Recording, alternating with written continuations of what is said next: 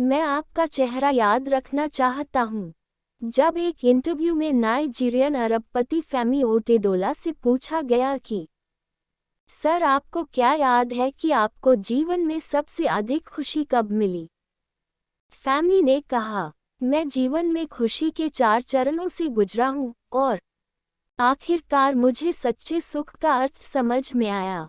पहला चरण धन और साधन संचय करना था, लेकिन इस स्तर पर मुझे वह सुख नहीं मिला जो मैं चाहता था। फिर कीमती सामान और वस्तुओं को इकट्ठा करने का दूसरा चरण आया, लेकिन मैंने महसूस किया कि इस चीज़ का असर भी अस्थायी होता है और कीमती चीज़ों की चमक ज़्यादा देर तक नहीं रहती। फिर आया बड़ा प्रोजेक्ट मिलने का तीसरा चरण। वह तब था जब नाइजीरिया और अफ्रीका में डीजल आपूर्ति का 95% मेरे पास था। मैं अफ्रीका और एशिया में सबसे बड़ा पोत मालिक भी था, लेकिन यहाँ भी मुझे वो खुशी नहीं मिली जिसकी मैंने कल्पना की थी। चौथा चरण वह समय था जब मेरे एक मित्र ने मुझे कुछ विकलांग बच्चों के लिए व्हीलचेयर खरीदने के लिए कहा।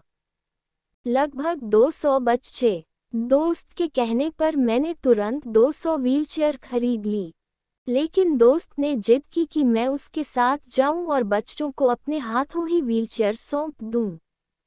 मैं तैयार होकर उसके साथ चल दिया। वहां मैंने इन बच्चों को अपने हाथों से ये व्हीलचेयर दी। मैंने इन बच्चों के चेहरों पर खुशी की अजीब सी चमक देखी। मैंने उन सभी को व्हीलचेयर पर बैठे, घूमते और मस्ती करते देखा। यह ऐसा था जैसे किसी पिकनिक स्पॉट पर पहुंच गए हों, जहां वे जैकपॉट जीतकर आपस में शेयर कर रहे हों। मुझे अपने अंदर तक असली खुशी महसूस हुई। जब मैं वापस जाने लगा, तो उनमें से एक विकलांग बच्चे ने मेरी टांग पकड़ ली। मैंने धीरे से अपने पैरों को छुड़ाने की कोशिश की, लेकिन बच्चे ने मेरे चेहरे को देखा और मेरे पैरों को और कसकर पकड़ लिया। मैं झुक गया और बच्चे से पूछा, क्या तुम्हें कुछ और चाहिए? इस बच्चे ने मुझे जो जवाब दिया, उसने मुझे न केवल अंदर तक झकझोर दिया बल्कि जीवन के प्रति मेरे दृष्टिकोण को भी पूरी तरह से बदल दिया। खुशी वस्तुओं में नहीं, बल्कि भावनाओं में है। उस बच्चे ने कहा, सर मैं आपका चेहरा हमेशा याद रखना चाहता हूँ ताकि जब मैं आपसे स्वर्ग में मिलूं, तो मैं आपको पहचान सकूं और एक बार फिर से आपका धन्यवाद कर सकूं।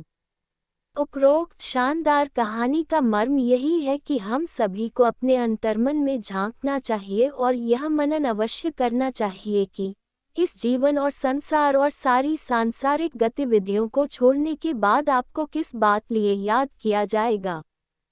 क्या कोई आपका चेहरा भी फिर से देखना चाहेगा?